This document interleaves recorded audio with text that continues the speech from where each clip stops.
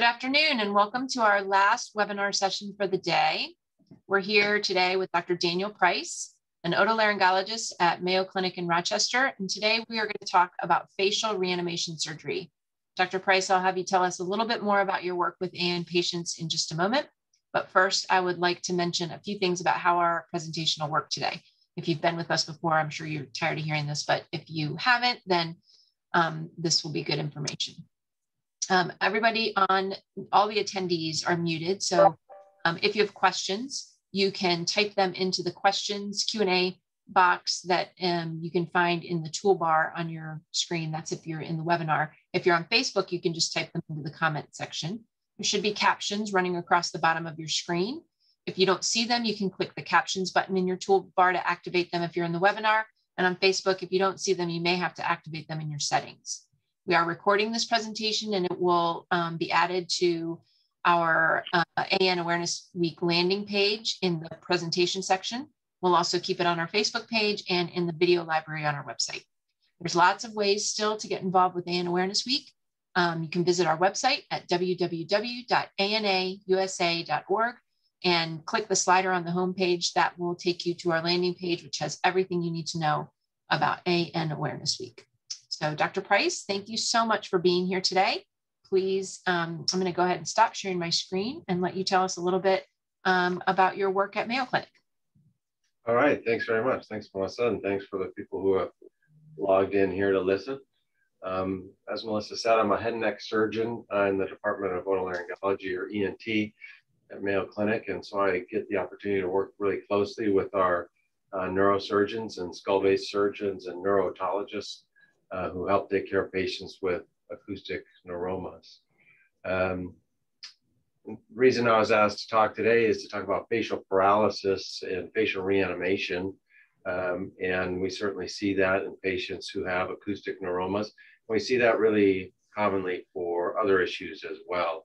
In fact, our neurotologists and neurosurgeons here are so tremendous that rarely do they have facial paralysis to pass on my way to help with. But as you may know, the vestibular nerve that's the source of acoustic neuromas sits in very close proximity to the facial nerve.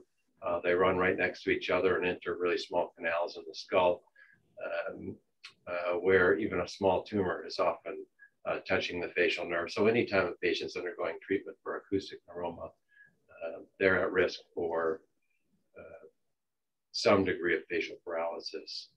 And so I'm just going to go over a brief overview of facial paralysis and really facial reanimation from a very high overview with just a few slides. And then we'll have a discussion and take any questions that people might have. As I mentioned, most often the patients that we see with facial paralysis, they're not caused by acoustic neuromas. Certainly that is a cause, but the most common cause of facial paralysis is Bell's palsy. We certainly see patients who've had traumatic injuries that can lead to facial paralysis.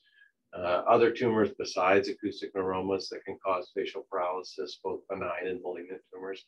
And then of course it can happen surgically, so we can induce these ourselves. We have three basic tenets of trying to do facial reanimation. That is to restore the patient's symmetry so that the left and right sides of their face look symmetric, both at rest and with movement. And to restore the volume of the face. Patients lose volume in their face and gravity starts to work more significantly on a face that doesn't move and doesn't have muscle tones to keep it up and in position. And then to restore function. And we break those things down usually into three areas as well. We think about the thirds of the face, the upper third, the middle third, and the lower third. And with each of those thirds, we're thinking about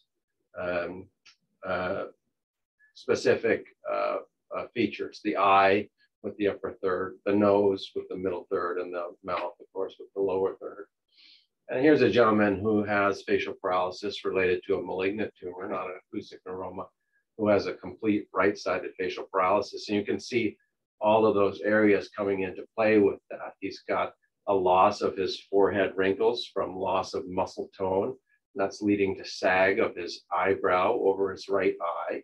And so his right eyelid is blocking the view, his vision from his right eye. And his lower eyelid is starting to sag as the muscles that help keep the eyelid opposed to the eye have become weak and lax, and has what's called an ectropion, which can be very bothersome. You can even see here that he's got tears accumulating in that eye. One of the functions of our eye is to blink tears into the ducts that sit next to our nose and then ultimately down into our nose. And so ironically, patients have this heavy tearing in their eyes and dry eyes at the same time because they're not able to blink. And if we were to ask this patient to blink, we'd see that his eye wouldn't blink. You can see that his nose doesn't flare on the right side the way it does on the left side as he breathes in. You can see that his nostril is tilted over to the left side of his face. And the philtrum, the little divot just below the nose that goes into the upper lip right in the middle. It's not in the middle of his face where it should be, but it's deviated over towards the left side of his face where the normal functioning muscles pull that over to the side. You can see the crease that he has on the left side of his face called the melolabial fold, a smile line that's gone on the right side of his face, and his lower lip is turned down. And if you really look closely, you also see that those lips are long and thin as the muscles have started to atrophy, and the other side is pulled on those. So those are all things that we need to address as we're thinking about reanimating this patient's face.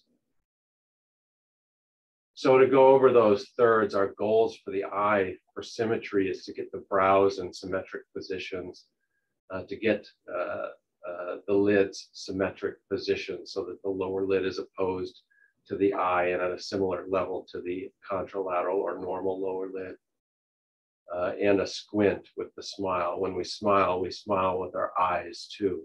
I think we've all learned that with masks that we wear, that you can still see when people are smiling even when we can't see our mouths.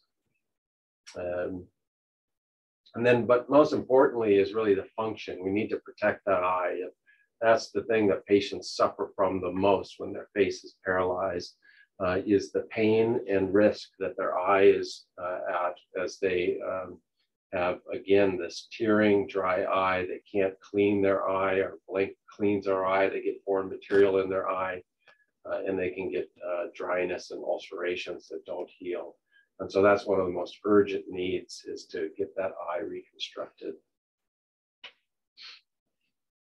With the nose, patients have a feeling of obstruction in their nose. They say they can't breathe well through that side of their nose, as they don't flare their nostril, and the pulling of the muscles on the other side of the face pull that nostril over to the functioning side of the face and prevent air from flowing through the nose.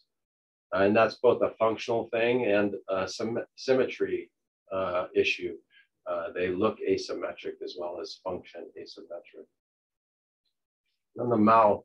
The mouth is the most complex thing that we reanimate. We want to recreate symmetry with the resting appearance. We want to bring that philtrum, or the middle of the lip, back to the middle of the face. The mouth functions, of course, to smile and to articulate our speech, to bring our lips together when we say letters like P, which can be difficult for patients. And then eating, when that lip gets pulled across to the other side of the face, it also gets pulled across our teeth if we can't move it. So people bite their lip frequently. People can't purse their lips together when they suck on a straw. And so they're always complaining that they have oral incontinence, or that they have water or saliva dripping out of their mouth. And of course, that's something that patients are self-conscious about and don't want to have to deal with. And then people lose significant volume in their face. They have muscle loss, they have elongation of the lip, and we have to restore that. There are close to a dozen different procedures that we do for reanimation of the face. And we've broadly categorized those into two different types of reanimation: dynamic reanimation and static reanimation. And by dynamic, we mean moving facial units. So the ability to decide that you want to smile or to be made to laugh, and that happens spontaneously or not spontaneously, that you can move your face. And then there's static reconstruction, which is to achieve an appearance that looks more natural, but without the ability to control its appearance with muscle movement. And of course, dynamic reconstruction is the most desirable reconstruction that we can do, but a lot can be achieved with static reconstruction, as demonstrated by this patient here who's only had static reconstruction, bringing the brow back into a more normal position, tightening the lower eyelid so that it's in the right position, and doing a nasal procedure to flare his nostril, and what's called a static sling to bring his mouth in a more normal position. You can see it's certainly not perfect, but it's a dramatic improvement from where he was in the preoperative period. The things that determine what type we do really depend on a number of factors. So of course we need facial nerves if we're going to try to reinnervate the facial nerves, and it depends on whether a patient has what we call a proximal nerve stump, which would be the portion of the nerve as it goes towards the brain and is connected to the brain. So if your brain can't tell the nerve to do anything, that doesn't matter where that nerve is going to. And then what we call the distal aspect, which is the portion of the nerve as it attaches to the muscles of the face. And can you bring those two back together? And if you can't bring those two back together on the same side, can you borrow some of the nerves from the other side? So we can borrow nerves from the other facial nerve if a person has one side that works, provided they have muscles that we can get it attached to. And then it depends on whether or not, if those don't exist, do we have other nerves that we can substitute and do some of the work that gives the appearance of spontaneous facial movement. And that becomes quite complex, but we can talk about that at greater length here in the discussion period if people would like to. So I'll just pause there or stop there with my slides. And I'll open it up to a discussion. Great, okay. If you have questions, feel free to type them into the Q&A box. We'll try and get to as many as we can, or you can type them into the comment section on Facebook. But why don't we start with, is there a time limit to doing facial reanimation? You know, if patients have, you know, if we're in patients with acoustic neuroma particularly, and patients who had surgery years and years ago, some of them still struggle with facial palsy, weakness, paralysis in some case. So is there a time limit on doing some of these things for those patients? Yeah, thanks. That's a really good question. I'll first say, no, there's not a time limit to it. So that's really important. I want anybody who has facial paralysis to know that it doesn't matter how long it's been there. I will say for people who may have recent onset facial paralysis, and this is particularly with regards to acoustic neuroma, that timing is everything in facial reanimation. The sooner we recognize that a patient needs reanimation, the more options we have and the better outcome we can achieve. Over time, the facial nerve endings as they attach to the muscle will degenerate. If there's no electrical signal coming through them, those nerve endings will degenerate and they will never come back. And no amount of electrical stimulus that you put through the nerve will change that. So if we have a facial nerve that's cut 10 years ago and then sew it back together, that won't ever work again. That time window is about 2 years from the onset of weakness to the majority of those degenerating. And those are always degenerating. So every month that goes by, you have a few less of those, and the amount of movement you can achieve is less. And if you take nerves and put them back together, nerves take a really long time to grow. That's why spinal cord injuries are so devastating, is that nerves grow very, very slowly. They also grow unpredictably. So you could estimate that it takes about 6 months or sometimes more than that for the nerve, if you hook them back together, to grow out to the muscles of the face and to be able to move them. So if you take that 6 months off that it takes for the nerve to grow, you have about 18 months from the time of the injury to the time of starting surgery if you want to have a hope for recovery. And the shorter we make that window, the better. It used to be that we would wait a year. A patient would have acoustic neuroma surgery. They'd wake up with weakness from that surgery. And if the surgeons feel like that nerve was intact and we think it's going to recover, we would wait a year. And if they had no recovery at a year, then we'd start to undertake reanimation procedures. Increasingly, we're moving that window further and further to a shorter window of 6 or 7 months, where we say if we can get these hooked up at 6 or 7 months, then at a year, we'll start to see the recovery from the repair. That, of course, is a discussion that needs to be had with everybody on the team. So I don't want people who, going and telling their, neurosurgeons and neurotologists, at 6 months that you need to refer me to have facial reanimation. This is a discussion with the team about what do we expect to happen. But increasingly, I've seen our team, if we don't see that nerves just come back, we start discussing those options. Okay. And just quickly, I have another question, but quickly, so is that how that typically works, that the neurosurgeon will then refer to a facial specialist or an otolaryngologist like yourself to deal with that? How do patients find somebody who can do these procedures? Yeah, yes. I'd say the vast majority of the patients will come from the neurosurgeons and the neurotologists who want to see their patients, faces moving again. And I think as our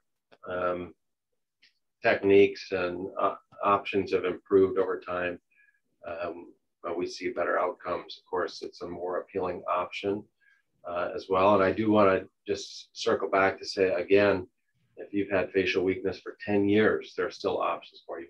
There are patients who will seek us out and say, I've had facial weakness and I want to know what's going on. And then we'll typically reach out to their surgeons and say, what do you think is happening here? And sometimes they'll say, that thing looked pristine. I'm really surprised that they woke up. It was a small tumor and we didn't have a lot of difficulty with the facial nerve. I'm surprised they woke up with weakness. Or they'll say, no, it was a really challenging case. The nerve was intact, but I was very worried that it wasn't going to recover. And I think we should probably move forward at this point with something else. Yeah. Okay. And how does like neuromuscular facial retraining fit into that for people whose nerve, I guess, is intact, but still damaged, perhaps? And then a second part to that question is, as people age, there's a question on our Facebook page about, wait, I lost it. It was about aging and the assumption that the non-paralyzed side would age more quickly than the reanimated side. And so what does long-term maintenance look like? Yeah, both good questions. So the first thing about retraining is we don't really have good evidence that doing facial exercises improves the likelihood that the nerve will recover. So whether you've been instructed to do exercises or not, when your face doesn't move at all, probably doesn't impact whether or not that nerve will start stimulating those muscles.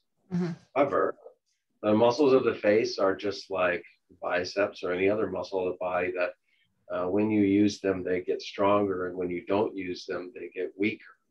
And so patients who are doing exercises, one, are more likely to see their face start to move again when it starts to move again. If you're spending time looking in the mirror and watching how your face is moving, you're more likely to detect subtle changes And then if you're doing those exercises, once the face starts to work again, those muscles will recover. So even there's multiple components to a face recovering, whether it's from the acoustic neuroma and its treatment, or whether it's a reanimation procedure. The nerves have to grow into the muscles, and the muscles have to grow again. And so if you're doing those exercises, you're going to help stimulate those muscles to grow again. And then the last component to that is a trained person. So I think that's a really important component to the team in facial recovery and facial reanimation, is having a trained therapist. And those can be difficult to find, although this medium of Zoom has really opened those people up to the world. It's a perfect venue for Zoom therapy. Being a trained person to help cue you in to how to move your face. A smile is a really spontaneous thing, and a spontaneous smile is very different than a smile for the camera smile. We all know that. We all struggle to make that perfect smile for our photographs, and it's very hard to recreate what a spontaneous smile and laugh looks like. And those therapists know how to trigger you to make those motions and help get a more natural smile back. Can you repeat that second? Oh, aging face. Yes. Yeah. So complete reanimation is, if a person wants the absolute best, absolute symmetry, I want the Cadillac, whatever it takes. That is often an ongoing process and requires multiple things, and often requires things being done to the other side as well, to the normal side, help with symmetry. And so as people may have noticed in the photograph I showed of a patient with facial paralysis, the paralyzed side has no wrinkles, it has no rhytids. So our wrinkles are from our expression. And so particularly for people who have incomplete recovery or who've had long-standing weakness, their injured side will have a younger appearance. And so a lot of times rejuvenating procedures can be a component to facial reanimation. So facelift procedures or brow lifts and lid procedures on the non-affected side can be a component to achieving more symmetric outcomes. That's a really good question, clearly, from somebody who knows some of the issues there. Yes, she does. Okay, so what about advancements in eye closure procedures? Is there anything, well, how do you handle, I guess, issues with that? We talked a lot about smiling and everything, but a lot of people have tearing problems or problems with eye closure that can become very dangerous. And Dr. Bradley just spoke about that to some degree, but are there any advancements in those kinds of procedures? Yeah, so Dr. Bradley is really a great person to talk about that. Most of the advancements that I know about, I've learned from her, and for really complex things, we often have Dr. Bradley or one of our oculoplastics colleagues work with them. One of the big challenges is the lower eyelid. Is that one of the first procedures we do to correct that retraction of the eyelid, what we call ectropion, is to shorten the eyelid and tighten it. The eyelid is going over a curved surface of the eye, and if you continually shorten it, sooner or later it will become too short to come over the eye. And so you'll actually make the patient's problem worse.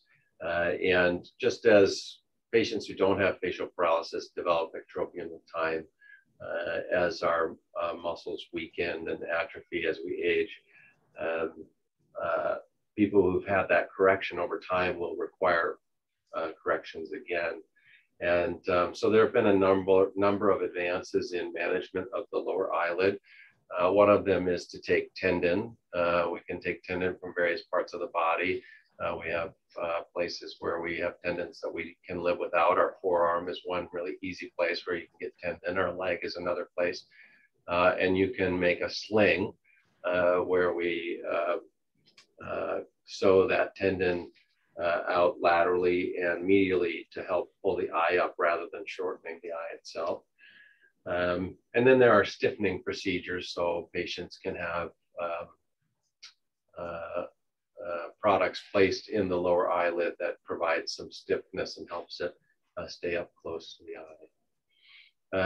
With regards to management of those ducts, we always rely on our eye surgeons to manage those ducts and help with tearing.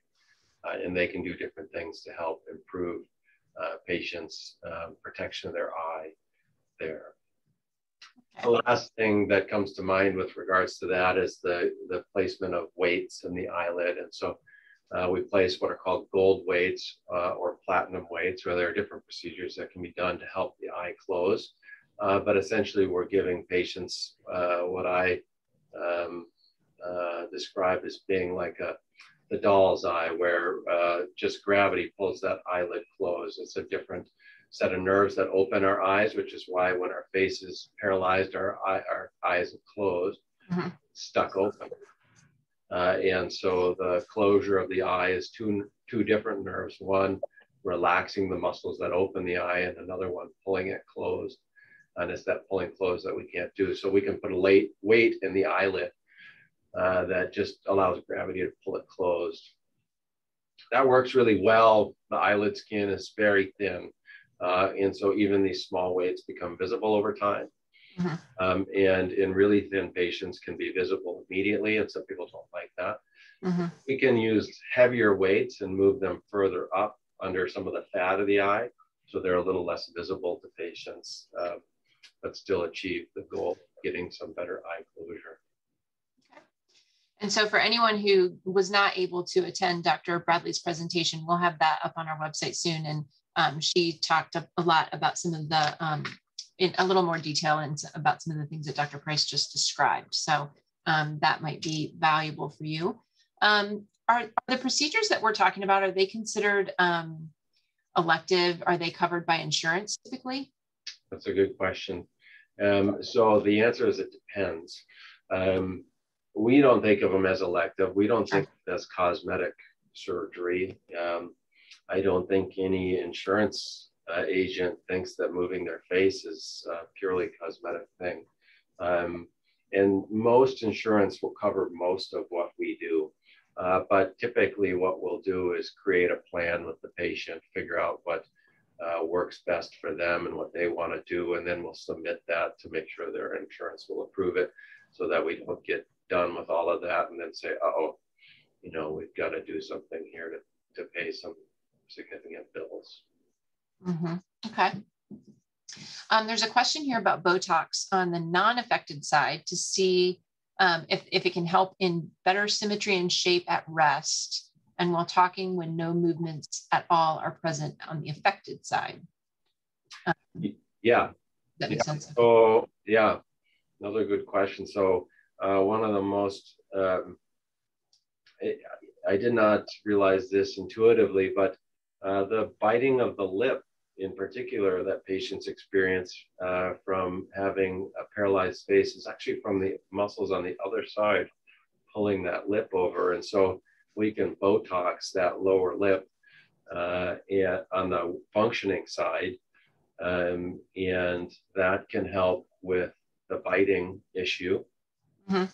And that's temporary, of course. So if patients say, well, I didn't like that at all, that will wear off and that function will come back. And if they really like it, then we can go in and cut that muscle or cut that nerve to try to eliminate that issue.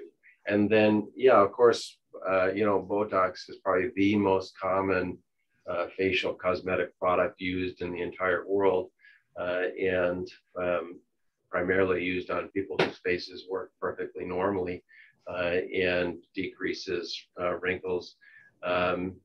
The face has, you know, 42 muscles in it. And when we reanimate faces, sometimes the things we're doing are blocking those off into 3 or 4 groups. As I said, the eye, the nose, the mouth, we're chunking 5 or 6 muscles together into one function, and using some Botox to try to create some better symmetry can be an option. If A patient was using Botox, but for whatever reason is no longer able to do that, but they had been seeing some improvement. Will that improvement deteriorate? And will the facial, this particular patient was doing it to help with tearing and a crooked smile. And so she was just wondering if that will get worse with time if she's not using the Botox. Sorry, say that again. I was reading this question here, started that one. I know that pain. So she was just asking about Botox. She was getting Botox injections in the right eye and saw some improvement, but for whatever reason can't get them anymore. So she's wondering if the tearing and the crooked smile that she was getting them for in the first place will get worse over time. Like, will that, if you can't continue to use the Botox, will the condition deteriorate? Yeah, so patients can develop reaction to Botox over time, and there are different types of Botox. So sometimes different Botox can work for a patient, but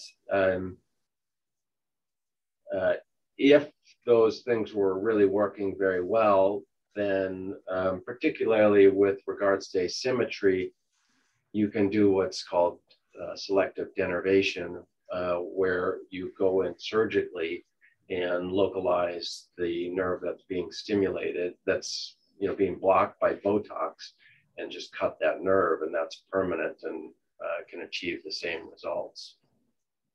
Okay. It's obviously more complex and it's permanent, so you want to make sure that's what you want to do. Okay. Are there people who should not have facial reanimation? Yeah, so there's a couple scenarios where I would say you should not have reanimation, or you should not have reanimation now. Mm-hmm. And those scenarios would be, and this maybe applies to the question here a bit that we have too. One is that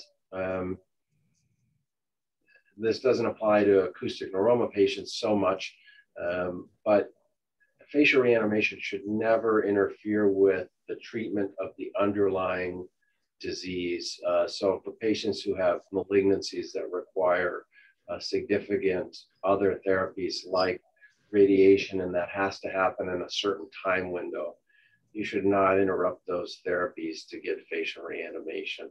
Mm-hmm. Exception to that would be things that can be done quickly and easily to protect the eye.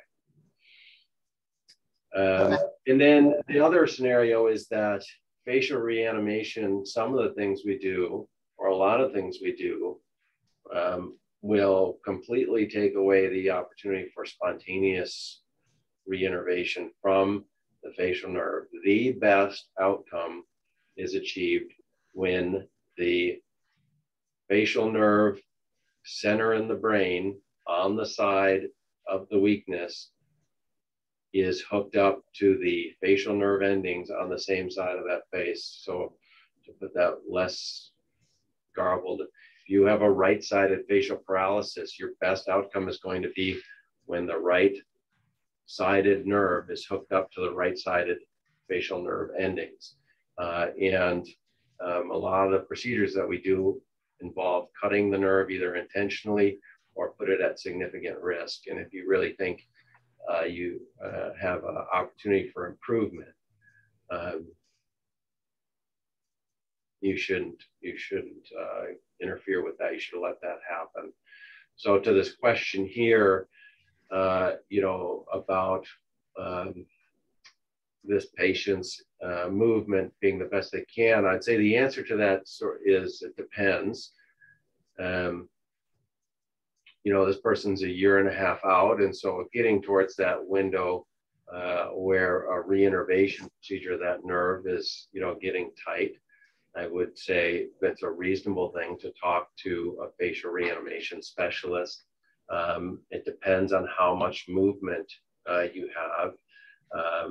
There are things that can be done for patients who have good spontaneous movement, but not complete. And some of those things are not destructive to the natural movement you have there. So just yesterday, I have a patient who had acoustic neuroma surgery, and she has spontaneous movement of the corner of her mouth, but it's really weak. And so she has drooping. So we just did a static procedure just to support that, take the gravity off of her face, but not to interfere with the function that she already has.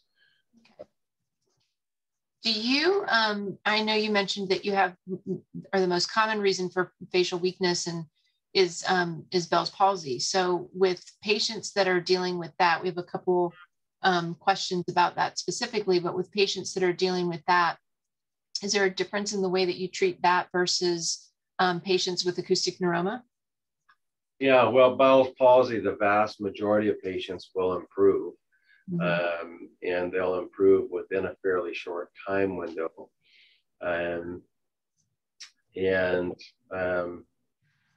That brings us to the question of testing. So you can test for the likelihood of recovery of Bell's palsy, which doesn't so much impact what I would do, but would impact what a neurologist would do as to whether or not they would do a decompression. So typically about 3 weeks after, if you've had significant degeneration, that predicts a lack of likelihood of spontaneous recovery without a decompression. And many neurologists would consider decompression at that point for Bell's palsy. Second part of that, I would say, is that because most Bell's palsy recovers spontaneously, first thing we always do in patients who haven't recovered from Bell's palsy is we question the diagnosis. Bell's palsy is very distinct. It happens like this. You went to bed with a face that worked perfectly normal, and you woke up with a face that didn't work at all. That's Bell's palsy. Bell's palsy is not, my face slowly got weak over the course of a couple months or a couple weeks. That's something else. Okay. And the diagnosis is being missed there. And then again, about 90% of patients with Bell's palsy will just recover with time. If we think they're not going to recover, then we will begin to undertake, reconstructive procedures. But that tends to be a much slower process as we watch and see what happens with them. We do have a lot of acoustic neuroma patients who end up with the gold weight in their eye to help with eye closure. And those patients are also often dealing with follow-up for their tumor to make sure that they are not continuing to grow. So they need to get follow-up MRIs. Can you do that with the gold weight? We can do that with gold weights. We can do that with platinum weights. That's not an issue. You should always,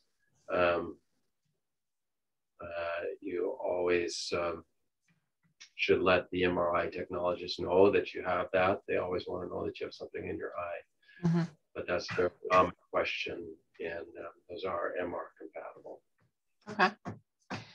And have you, this is a question that I had before your presentation, but have you found that people with facial nerve damage, or have you heard that people with facial nerve damage resulting in numbness often end up with serious dental issues? Is that something you've heard commonly from patients? This patient's surgery was in 2009, and they said it wasn't talked about a lot then. Is it talked about now? That's not setting off a lot of things in my head with regards to acoustic neuromas. Just a rare occurrence. Yeah, I mean, I can think of other things that could lead to dental issues with regards to facial paralysis, mostly with, radiation treatment and such. Facial paralysis itself, I'm not aware of significant dental issues. Okay. Let's see.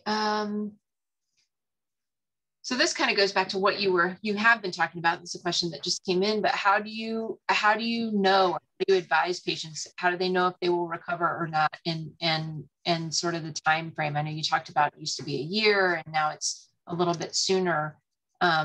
But when do patients go for that reanimation option? Yeah. So again, that is really unfortunately, there aren't great tests that will tell us how likely a person is to recover. EMGs, where we stick needles in the muscles and stimulate the nerves, those will tell us whether or not there's a facial nerve out here that's connected to the muscles there, but that won't tell us whether or not that facial nerve, as it goes into the skull and connects to the brain, whether or not all those things are going to come back together normally. And of course, if a patient's face worked prior to an acoustic neuroma, and they're going to have a facial nerve out here unless something else has happened in the interim. And so it really is a conversation that you just have to have with your team. The likelihood of significant recovery if a patient has no facial movement whatsoever at 7 months after surgery is in the single digits. And so that's why people have moved towards more aggressive reanimation. Okay. So I would say if it's been more than 2 years, if it's been more than 18 months, the likelihood of successful reinnervation is very low, but not the likelihood of successful reanimation. So we have the things that we can do for reanimation. Okay. Food in the face again, just not necessarily using the same side facial nerve endings. Okay. So you've talked about some of the different options you can use for facial reanimation. How do you choose among those different options? Yeah, so some of those decisions are really straightforward. So you take, for example, a brow lift. First of all, the easiest decision is if we have the opportunity to hook the nerve back up, that's it. That's what you should do. Okay. Options on the table, you should do that. Unless, you have a life expectancy of 6 months or less. So in my world, that is a realistic discussion. We have patients who have severe malignancies. Their life expectancy is really short, and waiting for the Cadillac reanimation that's going to happen a year from now, that's dumb.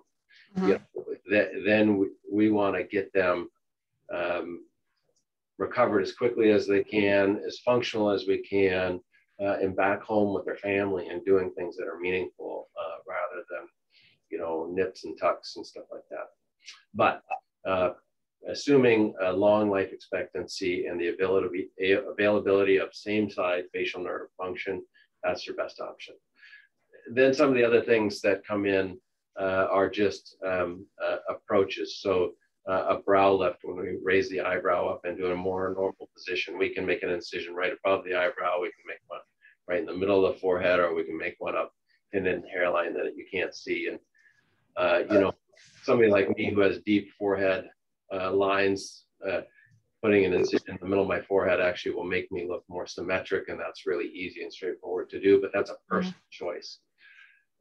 Some of them have to do with what things are available. So again, how long has your face been weak?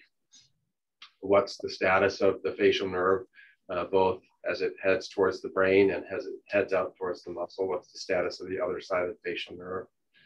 And then how big of a procedure do you want to go through? Some of the things that are more elegant, that give us better function. When we don't have those nerves, sort of the Cadillac procedure is to take what's called the gracilis muscle. The gracilis muscle is a muscle on our inner thigh. It helps us squeeze our legs together, and we've got lots and lots of muscles that do that. So we can take that muscle out, and we can hook that muscle up to the corner of the mouth, and we can hook that up here to our cheekbones and hook it into a nerve. We can hook it into the nerve that moves the face, the facial nerve, or we can hook it into other nerves, and we can hook it into arteries and veins in the neck. That's a biggish procedure. That's usually in the hospital for 4 or 5 days. And that takes several months, about 6 months, to see it wake up and start to move again. And that requires retraining with a therapist who can help you learn how to make that spontaneous so that it looks symmetric and works with the other side. But that's a sort of a Cadillac procedure when you don't have facial nerves to hook into. We can step down from that, and we can take the temporalis muscle, this muscle that's right here, just above our cheekbone, just above our ear, and we can add a tendon to it and hook it to the corner of our mouth, and people can then bite down and cause themselves to smile, and that works immediately. You wake up and you have a smile that works, even if you haven't smiled for 10 years. So that's an immediate result. And you can do that as an outpatient or overnight hospitalization. It doesn't move quite as much. So you instead of getting an inch and a half of movement, you maybe get 3/4 of an inch. And does that make a huge difference? To some people it does, to some people it doesn't. So those things are personal choices. Well, that's really interesting, because one of the questions I was going to ask was, how long does it take to recover from facial reanimation surgery? But it sounds like it kind of depends on the procedure that you have. It does. So when we hook up the facial nerve, it depends on what we hook it up to and how long the nerve has to grow for when we see function again. So one of the things we often do is what's called a babysitter, which is we hook in a nerve that has a very short distance to grow, along with a nerve that's going to give you better symmetric function. So if we're going to do what's called a cross-face nerve graft, where we have extra branches of our nerve that moves our face, so we can hook a nerve graft in over to a working side of the face and tunnel it under the face back to the non-working side of the face. That's a long way to go. It's got to go all the way across here and then back this way to the muscle. But we can hook it up to a chewing muscle right here on the masseteric nerve. That nerve has a very short distance, just has to go here. And that can keep those nerve endings alive. And that just takes a few months. We see that get back better within a few months, while we're waiting, 8 months for that to get across the face. How often do you see patients who have, facial paralysis following gamma knife to treat acoustic neuroma? We have a patient who is dealing with that and struggling with it a little bit. That's a more common thing to see late after gamma knife. So, a decade or two after gamma knife, you can see nerve degeneration, hearing loss, and consequences of that therapy, but it's not real common. And for that, we would be, that can be a tricky decision making as you watch deterioration of when do you then go in and do something to cut that nerve, which will make it complete for a period of time, to try to reinnervate it. And there's sort of a balance of doing that before it's degenerated completely and you have less of a chance for good recovery, not doing it too soon, because it can be a very slow process where a patient can go another decade with slowly progressive facial weakness, but an outcome that's still superior to what can be achieved. That just depends on, the team, again, having a surgeon who can be honest about what they think they can achieve. And, different surgeons achieve different results based on their comfort level and experience and all those things. Okay. Do you see patients that have taste issues? We hear a lot from patients who are post-treatment who are dealing with taste issues, and it seems to have something to do with all those nerves that are in there. I don't know if it's the facial nerve or trigeminal nerve, but do you see patients that are dealing with that? I don't personally treat patients with taste disturbance related to that. Patients certainly can get taste disturbances. The trigeminal nerve, the chorda tympani, which crosses over between facial nerve, trigeminal nerve, are responsible for taste. And so that can lead to alterations there, but I don't see or treat that issue. Okay. I don't know if you have addressed this. What are the limitations of facial reanimation? Can we talk about that? Yeah. We did. one thing is that no matter what we do, we can't achieve what nature gives us, what we're born with when it comes to acoustic neuromas. And so even our most refined procedures are going to have some asymmetry from it. There's a question here that's a perfectly timed question about synkinesis, and that is, and what synkinesis is, for people who don't know, is when we hook nerves back together, we've got thousands of little cables that were originally lined up perfectly, but sometimes they don't line up perfectly when they grow back. And so a nerve that's supposed to go to your upper lip goes to your nostril, or what's really common is a nerve that was supposed to go to the corner of your mouth goes to the corner of your eye. And so you're thinking smile or not thinking smile, you're just smiling a little bit. That's called synkinesis. You're moving in a way that wasn't intended.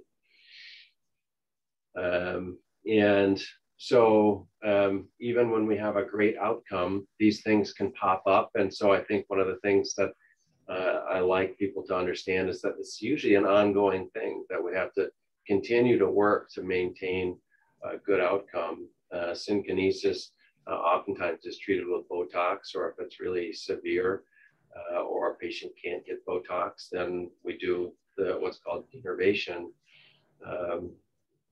where we can cut the nerves that are causing that. Sometimes some of that can be managed with therapy as well. That can be helpful. I think you mentioned electrical stimulation earlier. Is that an option, and when? And also acupuncture, are these things that can be helpful for weakness or paralysis or both? I can't really answer the question about acupuncture. I can say that electrical stimulation hasn't really been shown to make a difference, to my knowledge, in terms of maintaining facial tone, so stimulating those nerves so they continue to have stimulation to the muscle would intuitively make sense, but it doesn't seem to make a difference to continue stimulating those muscles in an unnatural way so that they're primed for when the nerve comes in. It doesn't seem to make nerves more likely to recover or recover faster, to my knowledge. So it's not really a part of what I use in my practice. Okay. Well, I think we've covered all the questions that I have so far. So I really appreciate your time, and this was very helpful and really useful. Is there anything else you want to touch on before we wrap it up? I don't think so. I really appreciate the opportunity to talk, and really great, insightful questions today. I think if people have had facial weakness and they want to find out more about it, they should talk to their team, and almost undoubtedly they will have someone that they can send them to. We of course are happy to see patients and talk to them about it. Can do that face-to-face or via video visits as a person requires. Yep. Okay, perfect. Well, thank you so much. Thank you for your time. Thanks for joining us today. We have one more day of presentations, and tomorrow we will be joined in the morning by Dr. Link. We're going to talk about radiation and how to prepare and what to expect. And then our last presentation of the day will be another Ask the Doc session. We will just be taking questions. So if you want to send them to me throughout the day, you can do that. My email is development@anausa.org, or you can just ask them during the session. We'll have Dr. Driscoll, Dr. Lundy, Dr. Chaichana, and Dr. Neff with us tomorrow afternoon, and that's at 4:30 Eastern. Dr. Link will be with us at 10 a.m. Eastern tomorrow. So we're excited about those. And again, Dr. Price, thank you so much. This has been a great session. Thank you, Melissa. Have a great day. You too.